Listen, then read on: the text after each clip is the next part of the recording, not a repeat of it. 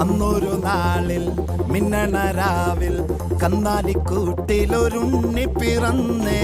മഞ്ഞണിപ്പൂക്കൾ പുഞ്ചിരിക്കുമ്പോൾ മണ്ണിന്റെ നായകനുണ്ണി പിറന്നേ.